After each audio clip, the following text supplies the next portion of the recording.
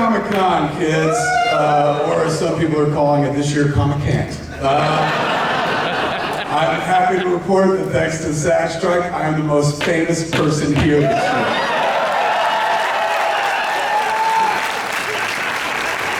Enough about me, let's talk about Motu, ladies and gentlemen. That's what we're here to talk about, Masters of the Universe. Did you like our clip? Spoilers, in the very next few seconds of that scene, He-Man is killed. In fact, everyone is killed, and Teela replaces all of them. Thank you for being here, man. We're going to chit-chat about Revolution, which we've been working hard on for... That sounded weird. We've been working on, let's just leave it at that, for a while now. And y'all are going to be able to see it quite soon. I'm super proud of it. But I was super proud of the last one too. And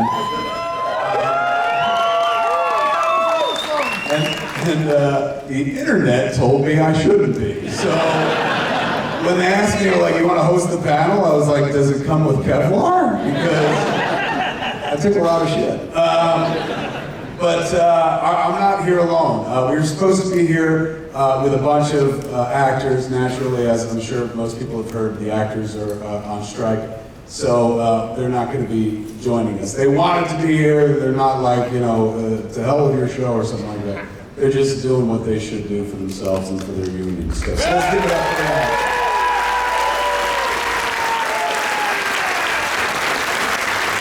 We hope that they crush their overlords like Netflix. Speaking of Netflix, but I'm not going to be alone here on the panel, kids. I'm one of the panel members. I'm quasi-moderating, but you're going to have three of us to talk to, and the three of us kind of make up the three pillars of Fraternia, if you will. The three of us have been working on the show since the beginning. We worked on Revelation, we're now working on Revolution as well.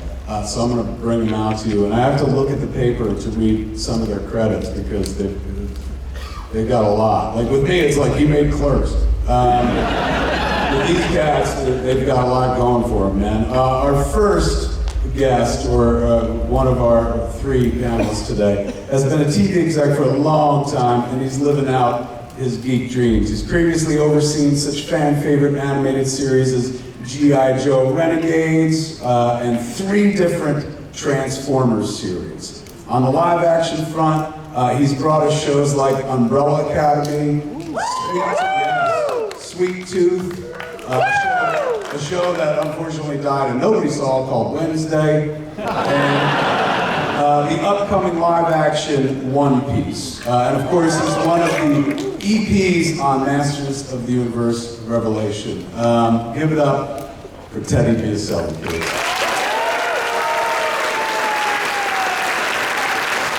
Don't run the crowd, it's all right, it's all right.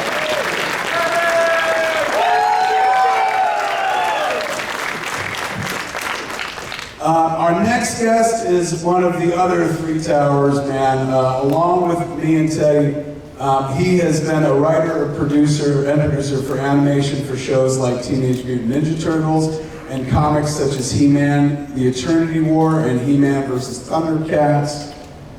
For Mattel, he's worked on bringing cartoons to life from Monster High, Hot Wheels, Magic 8 Ball, and of course, Motu, as showrunner of He-Man and the Masters of the Universe, our sister cartoon, the one that nobody had a problem with on the internet.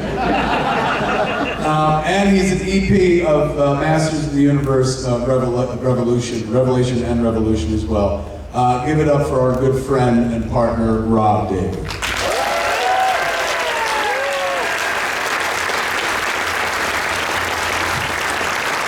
So at this point, like, since it's just the 3 of us, I'm not going to rock the podium. I'm just going to join the boys at the table and keep this kind of informal. We're going to use this as a therapy session. And we're going to talk about what's coming forward, so bear with me when I move over there. Meantime, tell them what they got to look forward to as I make the trek from here to there. Go ahead, let's start with Rob. We can look forward to... Hi, Kevin. I'm here. Kevin Smith. Oh my God, what are those? Those are us. We're in the show as well? Yeah, we're like in the background of the final fight. We survived the fight, apparently. Maybe we got killed. Yeah, that was rigged. I believe my character gets killed right away and is replaced by Tina. We didn't see my hair in season 2. Not only a client. Oh yeah, so Revolution. What do you have for you? Well, we have He-Man versus Skeletor. Yeah, contrary to the rumors of his death are greatly exaggerated. He-Man is back and is in. To be fair, He-Man never left. He was like absent for 3 shows, but like you don't do a show called Masters of the Universe and kill off your main guy. You know, he was gone for a moment, but never gone. I mean, we kept Adam in the loop and stuff. But he was in every episode we did of Revelation. Correct? It's gonna be hard for you, isn't it? It's so hard, yes. Yeah, no, but we're really we're upping the stakes. We're doubling down on the personal drama that rages inside both, Adam and his issues and Skeletor and his issues, and he has a whole bunch of them, and making it central to the 5-episode arc. And we're progressing the story forward for both of them and kind of hugely epic, which is an overused word, but it really is the only word that you can really use to describe Motu sometimes. And anchoring He-Man is the great Chris Wood.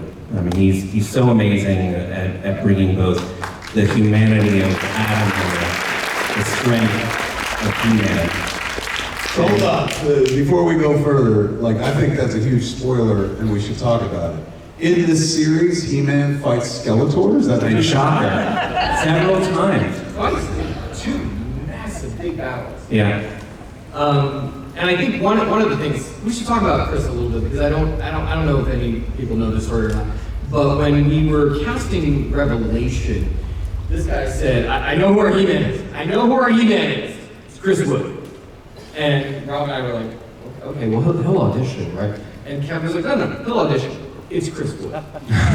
And I think when we heard his read, it was one of those transcendental moments where it's like, oh my God, that's the 21st century He-Man. Like John Irwin, when you close your eyes, you hear John Irwin. He's He-Man.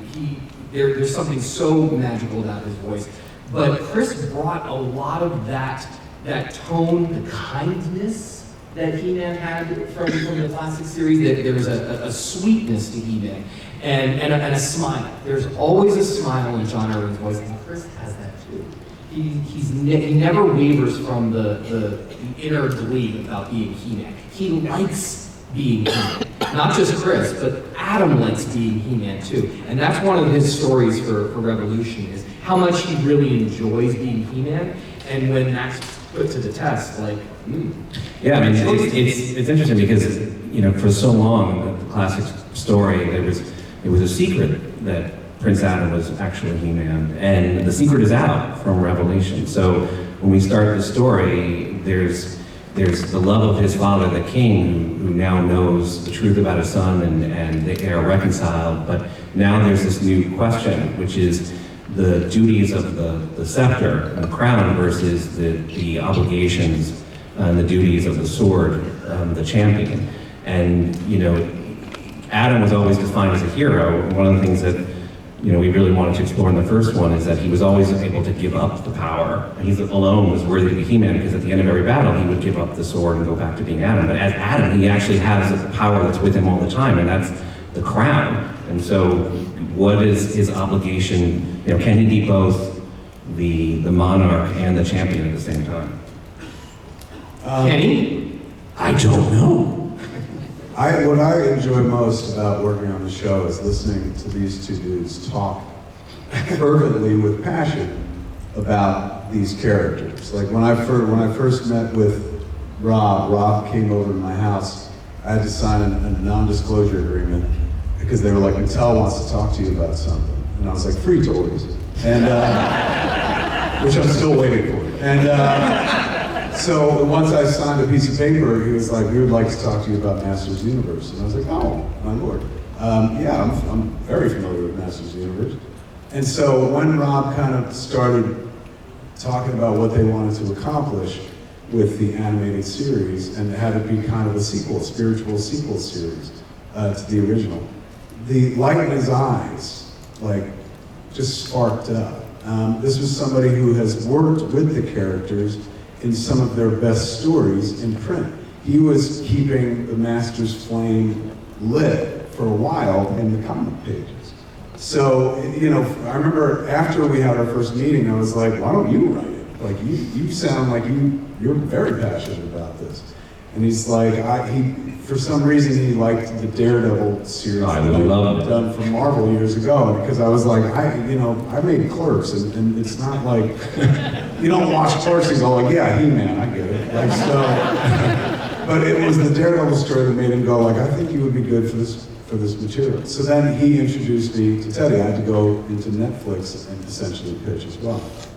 And I'll never forget, one of the first things that Teddy talked about, like after I said, well, this is how I see it, this is what I want to do, blah, blah, blah. Teddy was like, look, I've loved this franchise, these characters, these action figures for my entire childhood. And he has a picture of himself very young that he carries around, ironically. And it's with all of his Motu stuff as a kid. And he was like, what I always dreamed about was somebody would just do this story very seriously. He's like, I know some characters are goofy and have weird names and stuff, but he's like, I always felt like these characters were really strong, and the idea that somebody would treat them seriously, let them make grown-up decisions, have fights with meaning, let them clash swords even, something that like they didn't really do in the cartoon, the Filmation cartoon. He was like, that's what I'm kind of hoping for. And he goes, the only thing I ask is that you treat the characters with dignity and respect. Like, let them grow up. And I was like, can we kill them? And he goes, well, hold on. But he said this thing, and I take it with me whenever we work on the show. He goes, just play them like it's Shakespeare.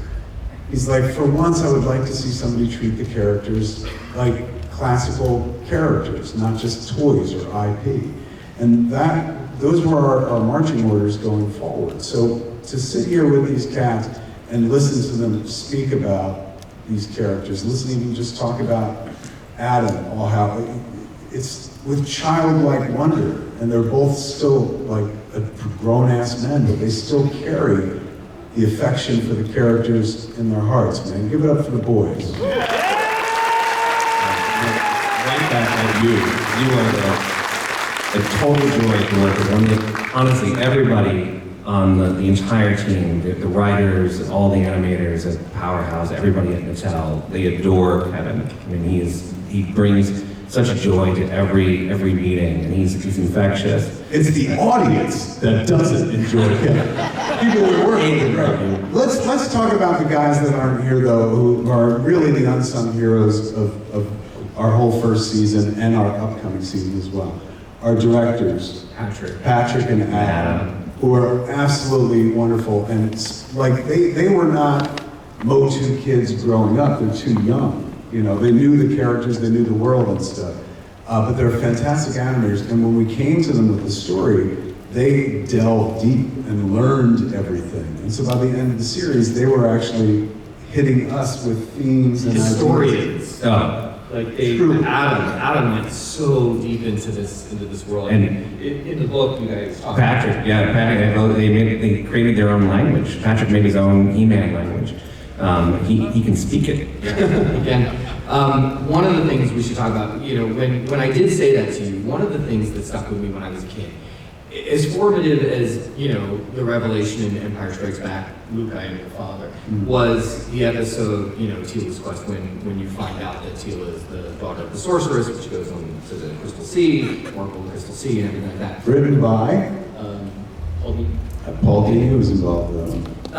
And then I think, and in that story was such a promise of depth and richness for sort of like where this is going to go. And because 1983, it was 65 episodes syndication. They got to air at any time in any given arrangement. There wasn't truly the capabilities to do serialization. There was no continuity. There was no continuity. Yeah. Even though there's a couple episodes that do all connect, there's a couple episodes that have some arc where characters come back now, like Teal's old boyfriend. It's not my boyfriend. Comes back a couple of times, and Kothos comes back a couple of times, and they track his evolution. So there is some sort of arcs to it, but we never got the promise of Teal. So when we talked about this early on, Rob and I, what did we want to do? And when we talk about the unfinished storylines of the classic era, it was of all of Adam's closest allies, the one that didn't know his secret was Teela. And we always, there was always this will they, won't they relationship between Teela and Adam. Adam and Teela were friends. Teela and He-Man maybe had been more. It was never truly developed, but there was always the hints of it. And we wanted to sort of dig into those promises and what that meant. And I think now that we've gotten through, and by the way, if Teela was going to become the sorceress, the Teela from the classic era was, she was pertinent, she was a little headstrong, she was a little, aggressive maybe, and I think she wasn't ready to become the sorceress, and she needed to go on a journey in order to understand what that mantle meant. Yeah. And I think that now that all that is out of the way, now we can see it. And they both do. That's the amazing thing. The thing that we really were always trying to zero in on this is if it is a serialized story, it really is this coming of age story for both of them, Adam and Teela, who grew up together as kindred spirits, and they're both mirroring each other in the sense that they're both in a position of stepping into the shoes of their parents. Adam with Randor the King and Teela with her mom, the sorceress, and they're going through that together, and everybody in this room can relate to that thing where you grow up and then you try to reconcile how you're going to honor your parents but also forge your own path. And the fact is they're doing that together, hand in hand. They've been doing that since they were kids, and now they're doing it with their eyes both wide open about each other and the world. And that's the other thing. When you have characters and there's a big secret between them, you don't want to build a romance between characters when there's a secret between them. Now that that's out of the way, it leaves us a little runway for where that dynamic can go, and how appropriate that Teela for season 2 will be played by and Melissa and Kevin. I want to say that Kevin. Before we get to Melissa, she's amazing, and Kevin also brilliant casting. But I remember, Kevin, when we were talking about the story in Revelation, like you really did. You really got into all those characters' mindsets and all of what that's one of the reasons why we're so happy to have you leading the charge here, is because you bring such emotional depth to these characters. And Melissa was such a great add and find. And she's a rich sorceress. I think that there's something really, because she's still trying to figure it out too. She's got the pressures of being the sorceress, the current drama of what's going on that we're not going to spoil for you here, but what's weighing on her shoulders, and also she's also investing in Adam and He-Man and how he's figuring into all of this. So we're really seeing the dynamic between the two of them is going to be very interesting this season. This season we lean into their will they, won't they relationship a little bit, or a lot of it. And having Melissa and Chris play the parts was kind of cool because they're married in real life. Ironically, no chemistry whatsoever. So we killed off his character again.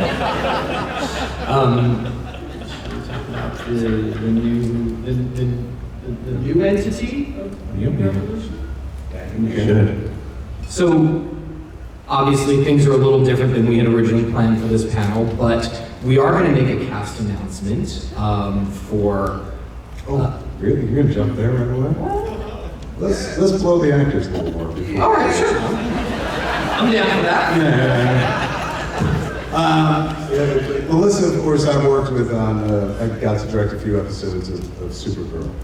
And And she would give it up to the good folks who made it. I was just there once or twice. She's such a wonderful actress, and you know she had to step into shoes that were pretty large to begin with. We had Sarah all through season 1, who was absolutely wonderful, and so to jump on and kind of take the reins of the character is a little intimidating, but she more than rose to the occasion. But it is adorable watching those two act opposite one another. It's kind of sweet. If they were here, we would have made them make out in front of them. But instead, Teddy and Rob will make out.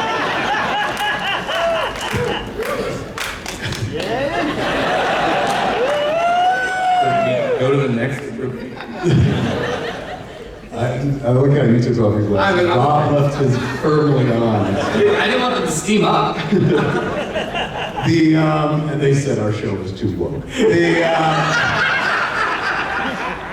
There are some casting surprises this year because we've added some new characters. We have characters that came over from last season who are getting larger arcs. We're still alive. We're still alive. We're getting larger arcs this season as well. The Revolution is a sequel to Revelation. We should say that. They're very connected. It's not like Porky's 2 the next day, but it's very dependent on deep cuts reference. I know. It's very dependent on what happened in season 1, and in many ways responds to season 1. You know, believe me, like we all loved Revelation. Some of the audience did not, and some of the audience was very vocal about what they didn't like. And the beautiful thing is, in telling our story, we were able to be like, all right, well, let's go there. Here's what they want. Yeah, Here's what they want. Yeah, let's, you know, at the end of the day, we were very interested in fan service in Revelation. You know, and some of the fans didn't feel serviced. And so we put on our knee pads this season and we were servicing. Big time, kids.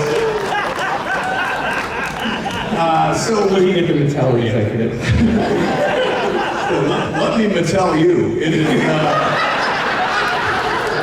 It's you know, what we aside from the He-Man and Skeletor fight in every damn episode, we actually bring in other characters from the universe. We thought we had a bunch in Revelation. Naturally, the bench for Masters of the Universe is very long. So this season, we're bringing in some other characters. Now we should talk about Yes. the new guy. So if you remember the way the post-credit scene of Revelation ended, it was a reveal that the god that Triclops was worshiping, the altar motherboard, was actually an entity, and she transformed in front of everyone. She began to infect Skeletor with her techno abilities, and then the last shot was a beacon for the Horde. So we decided to not use the Horde at all. And instead do something that would really irritate the No. We were working on that from by the end of season 1. We knew going into season 2 that it was going to be not just He-Man versus Skeletor, but also Skeletor versus an old friend. Shall we throw to the clip? I blame all of my